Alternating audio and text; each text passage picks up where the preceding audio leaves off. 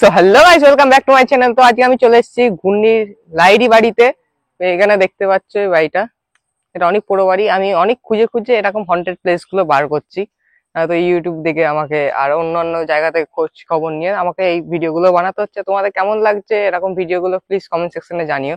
আর আজকের ভিডিওটা তোমরা দেখতে থাকো। আজকের ভিডিওটি খুবই ইন্টারেস্টিং ভিডিও হতে চলেছে। তো আমরা এখন ভিতরের দিকে চলে যাচ্ছি।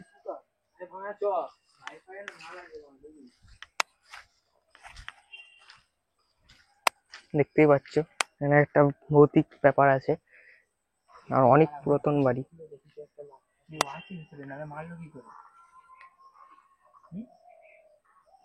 অনেক ভৌতিক ব্যাপার আছে ভিতরে।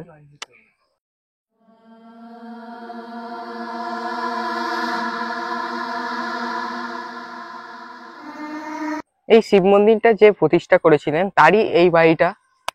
এই যে দেখতেই পাচ্ছ তোমরা, এর ভিতরে শোনা গেছে অনেক ভৌতিক ঘটনা ঘটেছে রাতের বেলায়। তোমরা দেখে নাও জায়গাটা।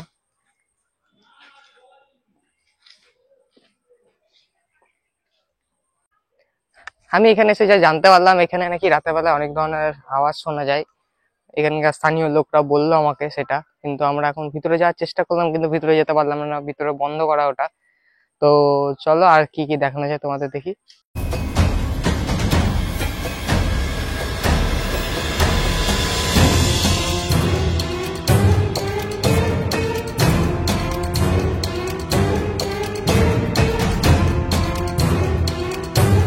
তোমরা এই জায়গাটা দেখে কি বুঝতে পারছো ভিতরে কোনো লোক বসবাস করে? কিন্তু আমি এখন খোঁজ নিয়ে জানতে পারলাম ভিতরে একজন থাকে, কিন্তু সে কখন বেরোয় বা কখন ঢোকে সেটা এখানকার লোকও দেখেনি, কিন্তু বললো যে এখানে একটা লোক থাকে।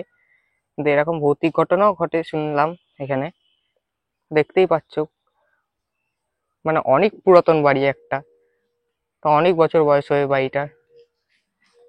ওই যে দেখতে পাচ্ছ এটা হচ্ছে বাড়িটার গেট। এই যে গেটটা ভিতর দিয়ে বন্ধ, তার মানে ভিতরে হয়তো কেউ আছে। আমরা এখন ভিতরে ঢুকতে পারছি না।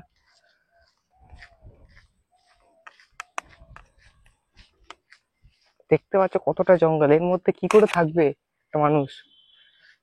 এই দেখো এই গেটটা ভিতর দিয়ে বন্ধ করা।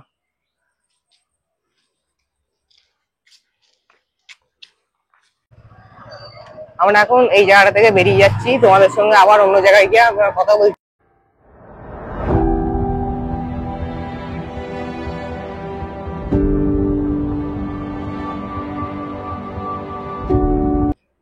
তো আমরা এখন ওই জায়গাটা থেকে বেরিয়ে অন্য একটা জায়গায় এসে দাঁড়ালাম। আমরা ওখানে স্থানীয় বাসিন্দাদের কাছ থেকে যা জানতে পারলাম, ওখানে কেউ কেউ বলছে একজন থাকে, কেউ কেউ বলছে দুজন থাকে, এরকম ইনফরমেশন শুনতে পারলাম।